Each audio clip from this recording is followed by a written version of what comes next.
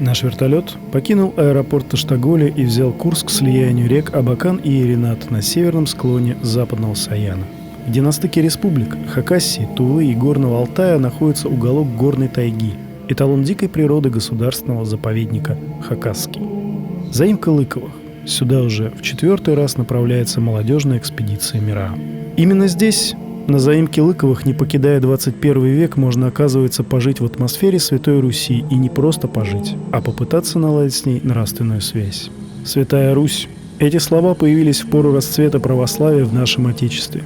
Истинные ценности сформировали тогда такую структуру бытия, где духовные мотивы жизни преобладают над материальным, где целью выступала не вещь, не потребление, как сегодня, а совершенствование души. Иначе говоря, Святая Русь – это постоянное стремление к высшему благу. Сложный ход российской истории привел в эти края старообрядческую семью Лыковых, чьих предков 3 века назад сорвал с Центральной России церковный раскол. Но еще более сложный и вместе с тем оптимистичный предстает перед нами жизнь русских людей, посвятивших себя служению православной вере по заветам своих предков. Лыковы, как известно, провели 30 лет в полной изоляции от других людей. И не только не согнулись под тяжестью борьбы за выживание в дикой природе, но и показали образец твердого самостояния и преданности идеалам Святой Руси. И почти столько же времени после смерти родственников Агафья Лыкова демонстрирует удивительную для хрупкой женщины житейскую выносливость, основа которой – сила духа. Именно она и ее жизнь олицетворяет для нас кусочек Святой Руси. Уже 2-й раз за всю историю наших сибирских экспедиций мы, благодаря губернатору Кузбасса Аману Тулееву, добираемся до заимки Лыковых на вертолете. Но было и по-другому. Раньше наш водный путь начинался за 320 километров от Ерината. Большей частью он пролегал по речным порогам и шеверам, а в самом верхнем участке реки – по узким протокам с многочисленными заломами из деревьев. К тому же, на заключительном горном отрезке река на глазах превращается в водную лестницу, где каждая очередная ступенька – это новый порог. И лодки уже не могут двигаться без помощи участников экспедиции. Пороги и заломы то и дело чередуются, и мы теряем много времени. Представьте, на 280 километров до границы заповедника нам потребовалось с ночевкой 18 часов и почти столько же на оставшиеся 40 километров. Не менее трудным бывал и обратный путь на катамаранах. На него уходило 5 полных дней. Если приплюсовать 3 дня на дорогу в сторону Ерината, еще 7 на путешествие по железной дороге, то в итоге на пребывание на заимке оставались считанные дни, из которых 1 или 2 выпадали на церковные праздники, когда нельзя заниматься хозяйственными делами. А всегда хотелось сделать для отшельницы как можно больше, что позволяло бы ей в дальнейшем без лишних затруднений заниматься главным – молиться.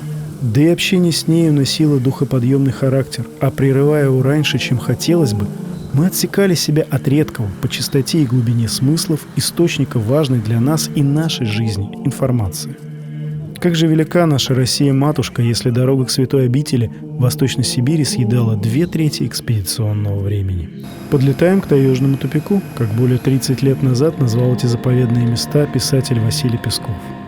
Из предыдущих поездок сюда мы знаем, что ждет нас здесь и чем нам заниматься, но всякий раз сталкиваемся с напоминанием дикой природы о себе. Напоминание это – медведь, который много лет броет в окрестностях заимки. Год назад он встретил отшельницу на тропе в 200 метрах от жилья. Не обошлось без медвежьего сюрприза и нынче. Всего за 3 дня до нашего прилета огромный зверь мчался к отшельнице скачками, и, понятно, не для того, чтобы приласкаться или облизать ее руку своим шершавым языком. До Агафьи Карповны оставалось всего 9 метров, когда хищник внезапно остановился, развернулся по солнцу и убежал в тайгу. Происходила эта тревожная сцена недалеко от посадочной площадки для вертолета. Вот таким рассказом заявил о себе таежный тупик уже в первые минуты нашего пребывания на Еринате, вмиг прочертив незримую границу между миром, из которого мы только что прибыли, и миром, в котором живет Агафья. Так он сразу напомнил нам, что жизнь в глухой тайге для сильных духом людей. И вот это, я думаю, что и привлекает сегодняшнее поколение, которые, конечно, далеко от тех идеалов Святой Руси, как жили наши предки 100, 200, 500 лет назад. Вот в какой-то мере она показывает, что же такое есть вера, если мы вот живем в этой вере, какие могут чудеса, по нашему понятию, совершать человек. Да это написано в Святом Писании, в Евангелии, имеющий веру, с горчичное зерно, то есть маленькую хотя бы веру. Вы можете даже горы передвигать вот по вашей вере, и Господь вас будет слушать, если вы будете, конечно, жить по законам Господа. Она живет, действительно, основной для нее молитва, основной вот этот добрый труд, помощь, и просто ее такое отношение добрые к людям, молитва за всех, она молится, действительно молится, это молитвенница, можно сказать, за весь мир на сегодняшний день. Это Агафья, такой знаковый человек, который, ну, как подвижники во все времена, вот как спрашивались там в первые века христианства, почему, как Господь, как не разгневается, мир не уничтожит греха, а там святой говорит, потому что 2 или 3 человека молятся за весь мир, и Господь слышит их молитву и идет им навстречу, и помогает вот людям, чтобы они совсем не погибли, мир не погиб. Вот я думаю, что это один из людей, который сегодняшний наш, это Агафья Лыкова. Она наша в какой-то мере и охранница, да, вот этой молитвы, которую она за себя, за род человеческий, за нашу церковь, за всех крещенных людей православных в первую очередь. Это, конечно, нам очень важно. Ну и как просто образец, особенно сейчас молодежь есть посещает, конечно, вот просто увидеть, поговорить с верующим человеком, это очень важно для того, что, ну, как аккумулятор заряжается, а вот здесь вот вера человека, простого человека, искреннего человека, контактного, вот это очень важно, человека.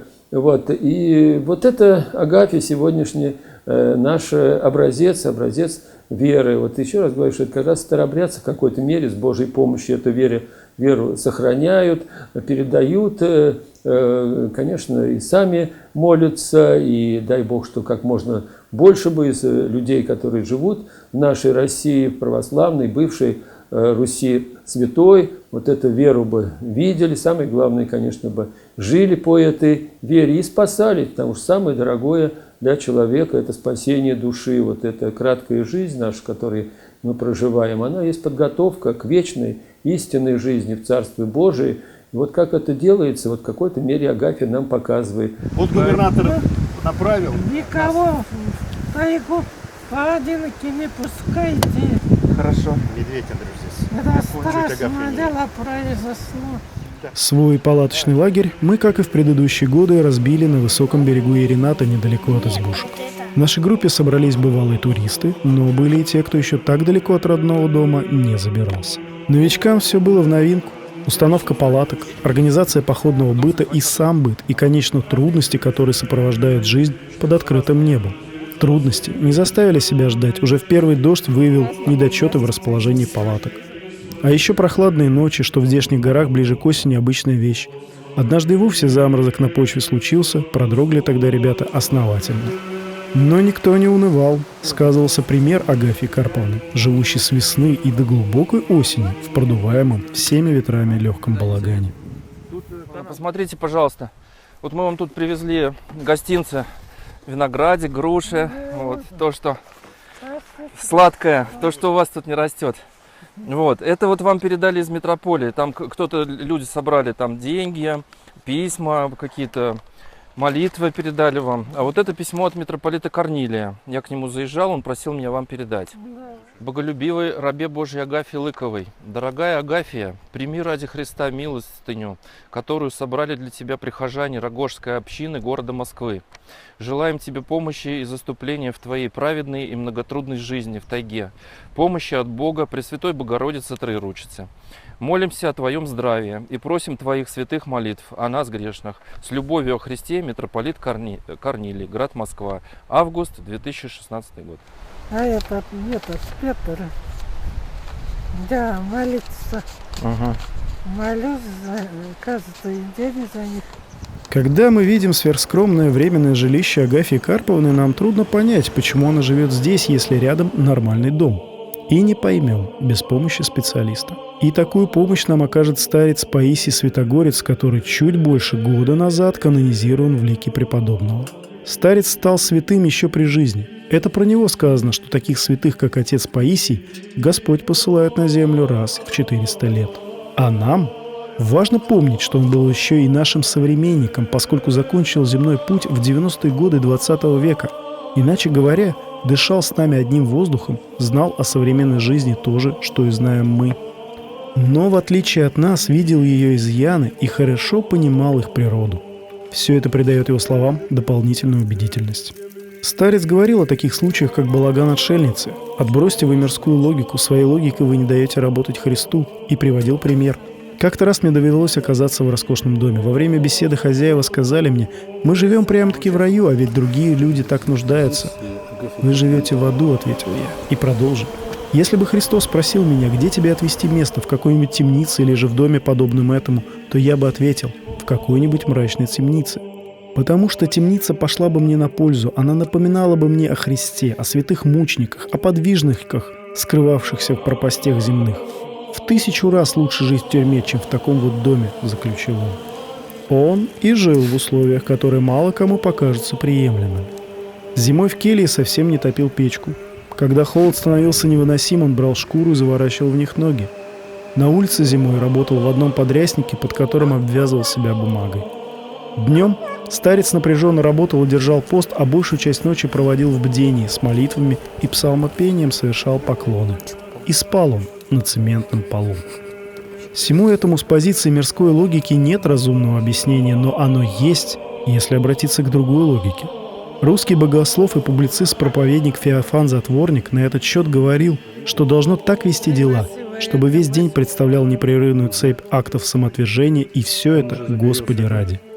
А этому способствует аскеза, такой вид духовной практики, который заключается в преднамеренном самоограничении либо исполнении трудных обетов. Аскеза – это еще и познание самого себя и, как следствие, приобретение единственного правильного способа мышления, которое на христианском языке называется смирением.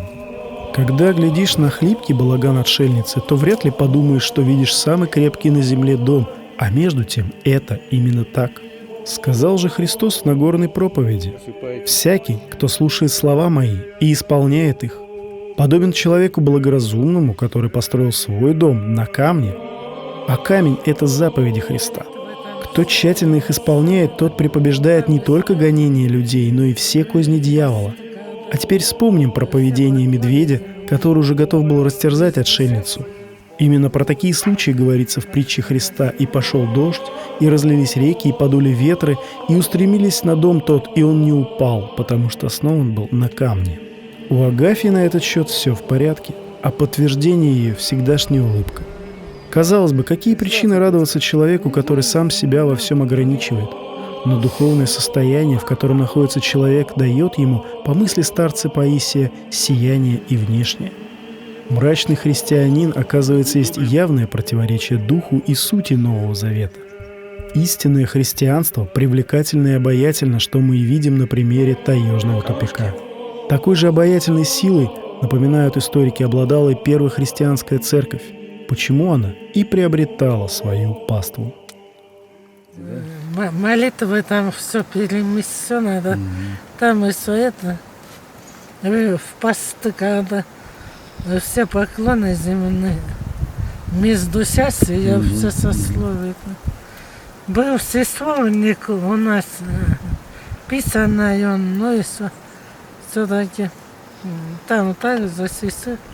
Весельная, естественно, там опять перемещено. Весельная за утреннее, потом нет первого сессии, потом. Как и год назад, наша группа находилась на заимке, когда в один из дней православные отмечали большой праздник – Преображение Господне. Накануне Агафья Карповна и ее помощник и единоверец Георгий провели 1,5-часовую вечернюю службу, а уже праздничная служба продолжалась 4,5 часа. И все это время Георгий ни разу не присел, хотя Агафья однажды даже придвинула ему скамейку. Сама она присаживалась на боковую скамью 3-4 раза, не больше. Да и то менее чем на полминуты, а ведь ей как-никак 8-й десяток идет. Было удивительно наблюдать за этим действием и осознавать, что полноценное богослужение происходит не где-нибудь в городе, где есть сложившаяся практика церковных служб, а идет здесь, в глухой тайге. Объяснение этим мыслям дает старец Паисий. «Вера в Бога, — говорит он, — великое дело. Человек служит Богу, а затем любит своих родных, свой дом, свою работу, свою деревню, свою область, свое государство, свою родину. Тот, кто не любит Бога, — утверждает преподобный, — тот не любит ничего». И как наш современник, знающий не понаслышке вызовы нового времени, добавляет: Я хочу сказать, что все начинается с этого. Человек не верит в Бога, не считается потом ни с родителями, ни с семьей, ни с деревней, ни с родиной. Вот как раз и хотят сейчас разложить, для чего наслаждают это состояние расхлябанности. Ее-то, расхлябанности, и в помине не было на праздничном богослужении в Таежном тупике. Более того, нам довелось увидеть немало деталей, связывающих нас со Святой Русью. Чтобы лучше понять эту мысль, мы сделаем небольшой экскурс в историю. Незадолго до раскола 17 века в Москве с визитом побывала делегация антиохийского патриархата. Архидиакон Павел Алепский составил обширные заметки об увиденном в русских церквах. В частности, он заметил, что никто из москвичей не пропускает служб. Ежедневно они, пишет очевидец, бывают в церквах за обедней, в каждом приходе все присутствуют в своей церкви. Мужчины, малые дети и женщины. Причем всякий приносит по их обычаю для церкви одну или несколько свечек, из коих каждой приклеена копейка. Во всех этих церквах выходят от обедни ежедневно только после 3-го часа. Это за 9 часов до заката солнца, до которого они постятся. Читаем далее. Мы дивились на порядки в их церкви, ибо видели, что все они, от вельмож до бедняков, прибавляли к тому, что содержится в законе, канонах и постановлениях Типикона, прибавляли постоянные посты, непрестанные большие поклоны до земли даже по субботам и воскресеньям, хотя это и не дозволено. Стоят они в церкви неподвижно, как камни. Их крестное знамение совершается ударами пальцами о лоб и плечи на самом деле, причем они делают поклон, а не так, как мы, чертим каракули. А что касается нас, добавляет Павел Алепский, то душа у нас расставалась с телом от того, что они очень затягивали обедни и другие службы. Все выходили не иначе, как с разбитыми ногами и с болью в спине, словно нас распинали. Говоря о почитании русскими людьми икон, Павел Алепский подчеркивает, они действительно преклоняются перед иконой, а не так, как мы молимся, кое-как. Его записки позволили нам почувствовать дух Святой Руси в реальностях Таежного тупика. И второе. Люди, которые молятся кое-как и вместо поклонов чертят каракули, сыграли важную роль в создании предпосылок для церковного раскола в России. Антиохийский патриарх Макарий был одним из тех заграничных церковных иерархов, кому удалось навязать чрезвычайно жесткие по отношению к русским старообрядцам определения, фактически сделавшие раскол в русской церкви необратимым. Вчера был праздник Преображения Господне, и Агафья Карповна и ее помощник Георгий вели службу. Она началась очень рано, в 6 утра, и закончилась, наверное, часов в 11. Нам посчастливилось стать свидетелями этого, и было очень необычно. Мы вошли в их дом, где проходила служба. Он был наполнен такой необычной, одухотворенной атмосферой. И Агафья Карповна, казалось, знает все эти молитвы и всю службу наизусть.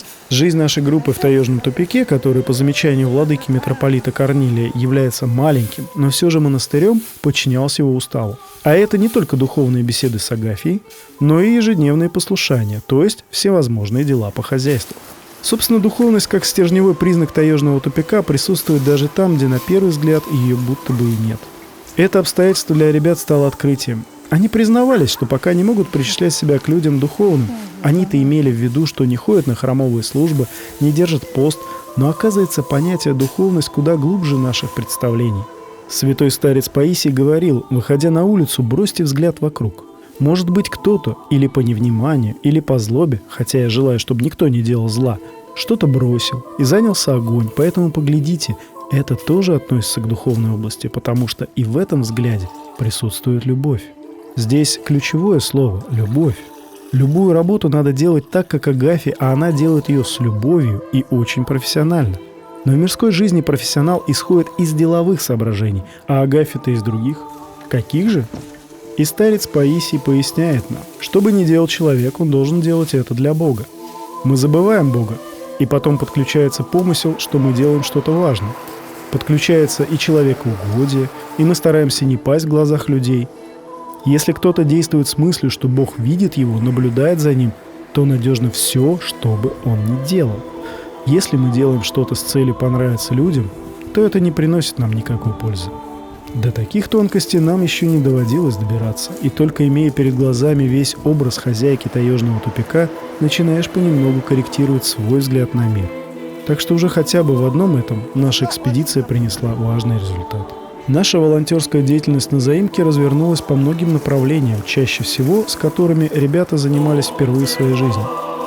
Да вот и простая штука – уборка гороха. Убирая его, мы сделали несколько ошибок, срезали стебли со стручками на нижних рядах делянки и укладывали их общей кучей. А надо было начинать с верхних рядов, а из стеблей формировать небольшие снопы. Все это стало ясно, когда Агафья Карповна поднялась к нам. Она приметила, как один из студентов принес с делянки первую охапку и бесформенной кучей расположил ее на покатой кровле. Увидев эту картину, Агафья Карповна пришла к нам показать, как надо делать. Позже она расскажет, что собиралась пообедать, но, заметив непорядок в уборке, отказалась от этого намерения. Как выяснилось, она еще с утра ничего не ела, а часы между тем показывали 5:30 вечера. Вот в наглядности та ситуация из 17 века, когда православные люди на Москве постоянно прибавляли к тому, что содержится в религиозном уставе. И конкретно посты. Вообще Агафья Карповна, если нет поста, трапезничает дважды. Обедает и ужинает. С утра не только не ест, но и не пьет. Говорит, всегда так было. Пока утренняя служба не закончится, нельзя было пить. И никто не пил. Выполняя хозяйственную работу на таежной заимке, мы учились практической жизни, свойственной прежней России. Учились, ошибались и, что называется, мотали на ус. Но был еще один урок, который стоит выучить, но нам он пока не по зубам. Это удивительная терпимость Агафьи Карповны к нашим, выражаясь молодежным языком, косякам в работе. Ни одного замечания, ни одного упрека. Она просто говорила, как, или деликатно показывала, как нужно делать то, что у тебя получается коряво, или бралась за какое-то дело, а ты уж соображай, помогать ли отшельнице или в какой момент это делать.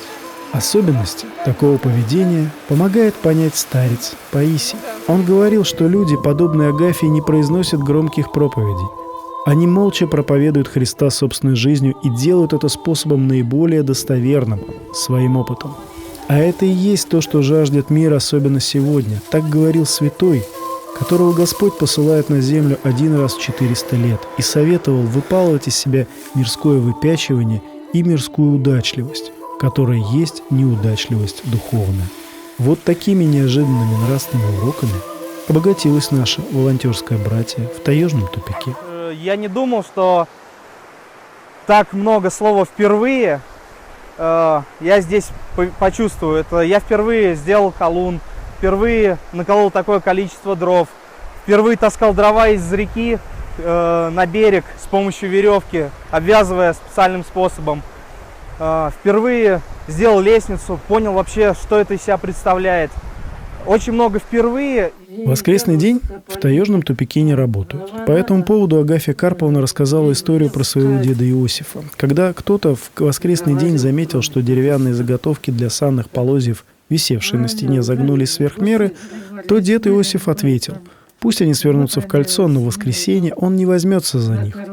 Потому что, по словам Агафьи Карповны, воскресенье является прообразом рая. Вот такое благочестие было в семье Лыковых раньше, остается оно и в прежнем виде и сейчас. А нам такое благочестие было только на руку, день-то выдался дождливым, и мы весь его без остатка посвятили общению с отшельницей. Вот такое дело получилось, тогда плеслись лебеди-то, язык-то не с ним. С малыми детьми двоими, один на 5-м году, а только 2 лет мне только. Бананные корни, корье березовое и опилки березовые. Вот такой хлеб был у нас. Невозможно представить в реальности бедствия семьи Лыковых, когда во время их таежного затвора случались неурожайные годы. В один из таких нерадужных периодов, не пережив трудностей, и умерла мать отшельницы, Акулина Карповна. Так что верность старообрядческому типикону Лыковы оплатили по-честному и сполна. Практически все гости таежного тупика, наслышанные по репортажам Пескова о полукартофельном хлебе, остаются в уверенности, что Агафья продолжает и сегодня питаться подобным лакомством, пока сами не отведают выпеченный ею в русской печи хлеб. Так происходило в каждой нашей предыдущей экспедиции на Еринат. Так было и на сей раз. Но у Агафьи Карповны особое отношение к студентам из МИРА, которых она считает своей паствой, и потому без ограничений на видео и фотосъемку посвящает нас во все тонкости таежного тупика. Благодаря этому мы и стали свидетелями выпечки, без преувеличения сказано, святого хлеба. В потребнике у отшельницы на сей счет хранится запись. Хлеб есть совершенный, мука аки тело, закваска аки душа, соль аки ум, вода аки дух и живот, так и приемлет животное. А ежели опреснок, мертво и бездушно. И на изготовление идет не всякая мука, а только та, что прошла строгий отбор. И хлеб выпекается в русской печи, как это делалось на Руси много веков назад и по дедовскому рецепту. Огонь для приготовления жара в русской печи тоже особый. Он чистый, добыт без применения спичек и зажигалок. На его рождение уходит не секунда, как это бывает у современного туриста, а минуты, и применяются только природные материалы. Добытый таким способом огонь для русской печи Агафья Карповна потом переносит к себе в балаган. На нем и готовит еду. Ну и не будем забывать, какие руки и какая душа приготовили тесто и выпекли этот чудо-хлеб, в каком намоленном доме находится русская печь. Таким хлебом Агафья Карповна будет угощать ребят почти каждый день. Однажды она даже не будет спать из-за того, что занималась хлебом для нас. Накануне завела тесто, оно поднялось поздно, и Агафье Карповне пришлось полночи стеречь квашню. Пекла хлеб уже под утро. Понятно, что отдохнуть ей не получилось, а ведь весь предыдущий день на ногах. И поела только один раз. Дрова в таежном тупике имеют первостепенное значение. Агафья Карповна так и говорит: сначала дрова, а потом уже заготовки, пищи и все остальное. Климат в горно-таежной местности, где находится ее заимка, резко континентальный, с коротким летом и продолжительной холодной зимой, когда снега наваливает до 1,5 метров. По словам отшельницы, в обычную для зимы погоду на поддержание тепла в избе уходит 10 поленьев, в мороз 15. Но есть еще изба, в которой живет Георгий, есть изба, отданная под курятник, так что дров на зиму потребуется много. И в каждую студенческую экспедицию на Еринат дрова были самой главной задачей нашей волонтерской программы, не стало исключением и это. Но для начала ребятам, впервые прибывшим на Еринат, надо научиться работать колуном, который лишь на первый взгляд кажется простым устройством. Неплохо и знать, с какой стороны браться за разделку толстенной чурки. У кого-то получается не очень ладно, у кого-то немного лучше, но тоже пока далеко от нормы. Ясно, что, продолжая в том же духе, ребята многого не добьются. Но рядом с ними Николай Седов, крестник Агафьи Карповны и опытный таежник. Живет он постоянно в Таштагуле, но несколько раз в год с оказией наведывается на заимку, чтобы помочь отшельнице. Еще недавно здесь жил и его отец, Ерофей Седов. Мы познакомились с Николаем в первой экспедиции в таежный тупик в 2011 году, и с тех пор он неизменный спутник и товарищ в наших поездках к Агафье Карповне. Он и обеспечивает необходимую безупречность на заготовке дров. В итоге мы накололи дров на 7 приличных поленниц, столько же, кстати, как и год назад. А другие члены нашей команды помогают Агафье Карповне в заготовке тальниковых веток на корм козам, которых в хозяйстве немало – 7. Выпускать их из стаек на летнюю лужайку отшельница опасается. Объедятся травой, заболеют, хлопот не оберешься. Да и мы прекрасно помним про медведя. Вот и приходится самой ходить в лес за ветками. И вроде бы простая вещь — найти подходящую ветку с молоденькими листьями, но и тут у студентов не сразу и не все получается. И Агафья Карповна мягко поправляет. Вот так надо. С того дня, как заимку Лыковых обнаружили геологи, работавшие недалеко от таежного тупика, мир не оставляет отшельников без своей помощи. На последние 19 лет основным родителем отшельницы выступает губернатор Кузбасса Аман Гумирович Тулеев.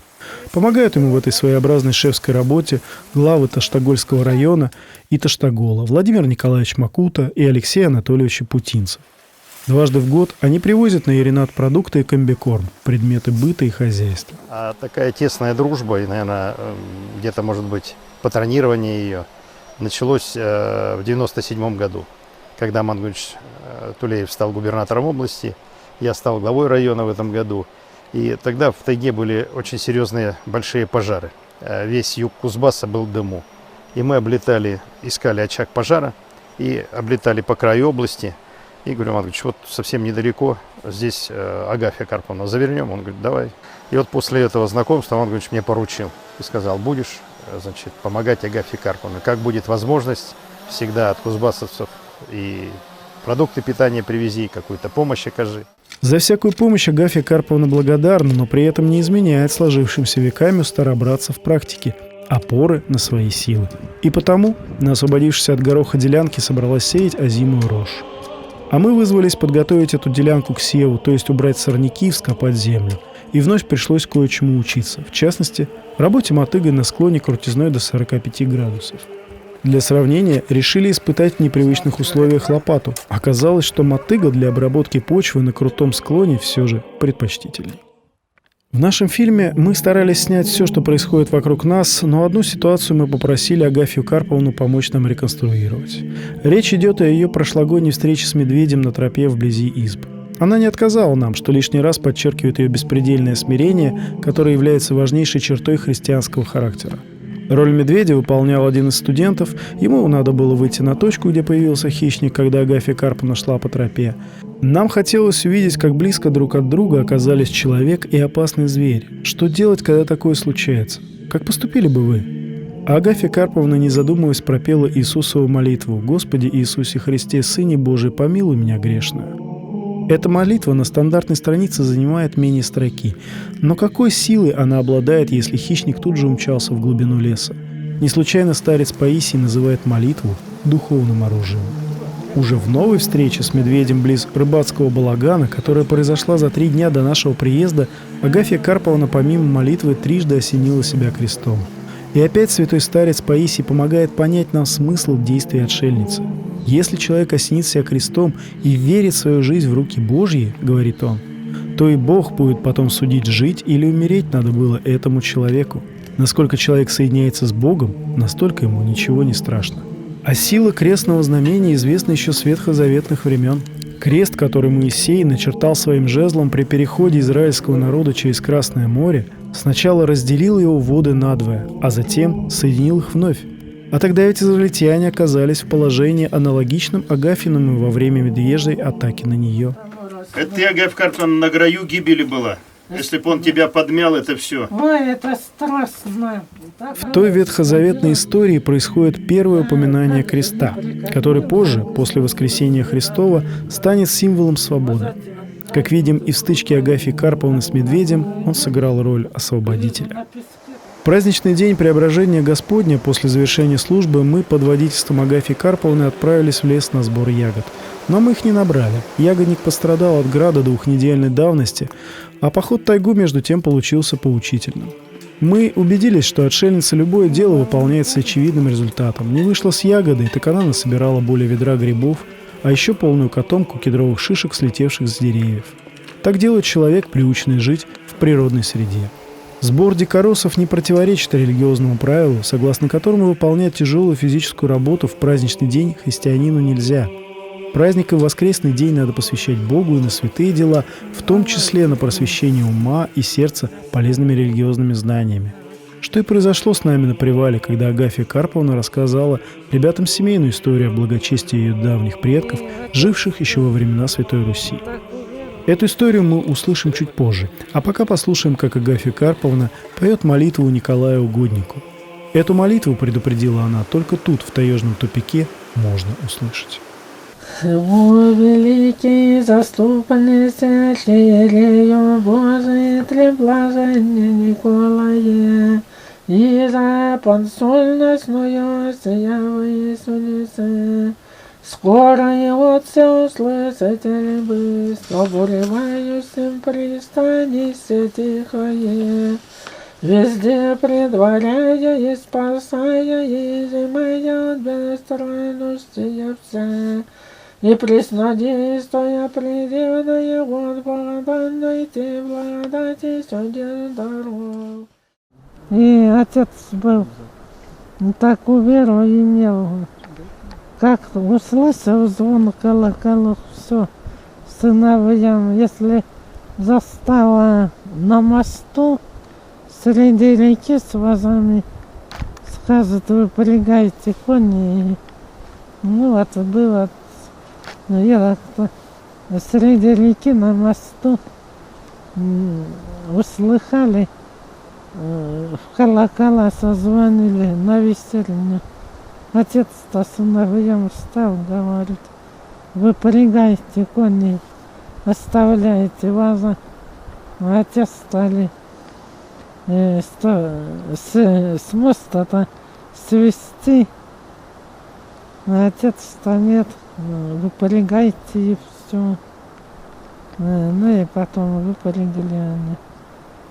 А когда в воскресенье это молились, а тем не терпится, а отец-то никуда сыновья-то пошли глядеть. Эти глаза-то что глядят столько на под мост. Пришли под мост столько на реке. А отец-то понедельник придет, пойдете, запрягете и привезете. Отец-то послал их. Глаза на месте, на мосту стоят. К Агафье Лыковой мы приехали уже в 4-й раз. Почему мы это делаем? Первый раз мы ехали из любопытства, и посмотреть своими глазами, как живет в тайге одинокий человек, известный на весь мир. И заодно совершить 300-километровое путешествие по реке Абакан на катамаранах. Но после нашего 3-дневного общения с ней мы уже понимали, что это кладезь знаний, носитель и хранитель исконно русских традиций, культуры и быта, жизни по вере. Ее многочасовые ночные беседы с нами не раз заставляли нас задуматься о той силе, которую несли в себе те люди, ее родственники, а теперь она сама, благодаря традиционному культурному воспитанию, религиозному воспитанию. Мы убедились, что стержнем ее воли является религиозное воспитание, культурные, нравственные традиции, которые были переданы ей от ее родителей. Это воспитание является своего рода иммунитетом перед влиянием окружающего мира сегодня. И в этой связи становится очевидным, насколько современный человек не защищен от внешнего влияния, не имея тех корней, тех традиционных аспектов воспитания. Именно этот феномен мы пытаемся изучить, и поэтому приезжаем сюда вот уже несколько раз. Время нашего пребывания на заимке Агафья Карповна решила использовать для расширения курятника. Нынешней весной ей привезли около 10 новых куриц, но новичков не приняли птицы-старожилы. Пришлось отселить их в одну из изб. На расширение понадобились доски. А в дикой тайге нет пилорамы, и доски можно приготовить только одним способом – распустив с помощью клиньев бревна небольшого диаметра. Такую работу, понятное дело, никто из нас еще не выполнял, да и вообще не видел в глаза, поэтому взялась за нее сама Агафья Карповна. Сноровка и точность ее действий, которые сопровождали эту операцию, говорят о том, что выполнялась она не раз. Глядя на то, как эта хрупкая женщина орудует топором, с какой силой бьет по клиньям, чтобы бревно разошлось на 2 продольные половинки, как поднимает и передвигает эти половинки, невольно забываешь о том, что ей уже немало лет, что совсем недавно она вынуждена была в экстренном порядке отправиться в Таштагольскую больницу из-за острейшего приступа остеохондроза. Вот уж действительно немощь превратила в великую силу. Это та самая внутренняя энергия, которая дает крепкая вера. По такому поводу старец Паисий говорил: надо сделать то, что можно сделать по-человечески, и оставить Богу то, что по-человечески сделать нельзя. А если сделать чуть больше того, что ты можешь, но не от эгоизма, а от любочестия, считая, что ты не исчерпал своих человеческих сил, то Бог увидит это и поспешит на помощь. Похоже, что в случае с досками было нечто подобное. Вот эта позиция «сделай все, что можно сделать по-человечески» для Агафьи Карповны генеральная. Она и рожь сеет, чтобы иметь собственный зерновой запас, и заботится о сохранении семян пшеницы, хотя пшеница в качестве продовольственной страховки ей уже и не нужна, как раньше. 25 пшеничных колосков растут вперемешку с горохом. Это та самая пшеница, которую Лыковы много лет назад размножили с одного колоска. В каждом колоске около 30 зерен. Теперь задача – сберечь зерна до будущего года. Но ведь семена могут привести, говорим ей. Да, вот могут. А эта-то пшеница старинная, от деда Степана, на Каире жили, там сеяли, с Енисея принесли, поясняет отшельница.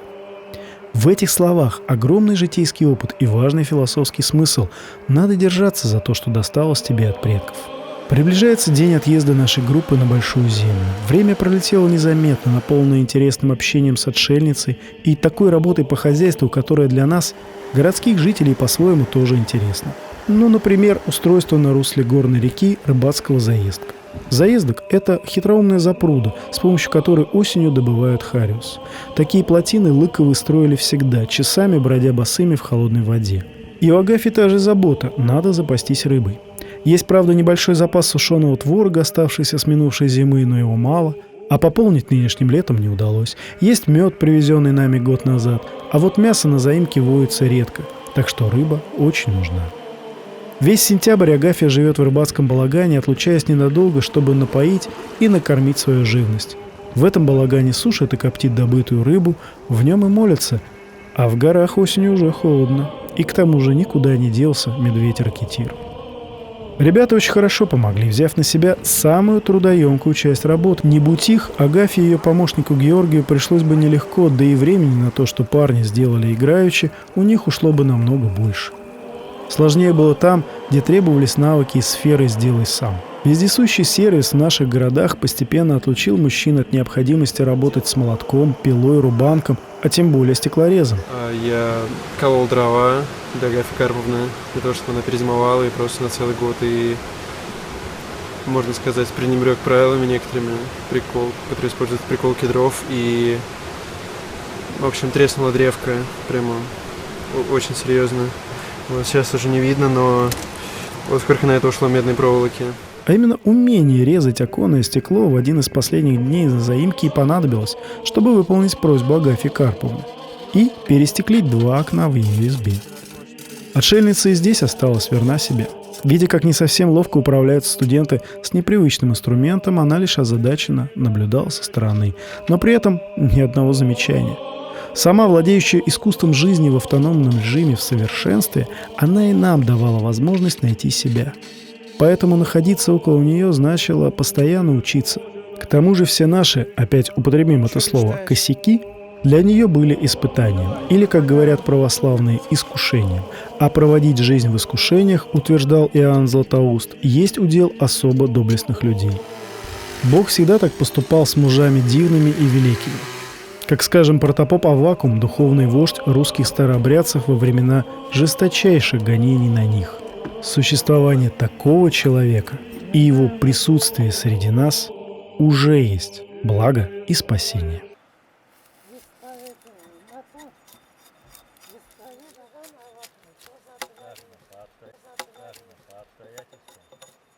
В конце нашего фильма есть символическая картина, когда студент нашего университета очищает от коры столбик для строительных работ. А мне, глядя на этот сюжет, подумалось, вот так же и мы, посещая такие места, как Таежный тупик в Еринате, очищаем свои души от накипи стремительного бега жизни. Мы и дальше будем поддерживать подобные экспедиции, в первую очередь к Агафье Лыковой. С ней у наших студентов установилась уже своя духовная связь. И в другие уголки нашего Отечества, чтобы молодые люди изучали историю, получали духовное и патриотическое воспитание.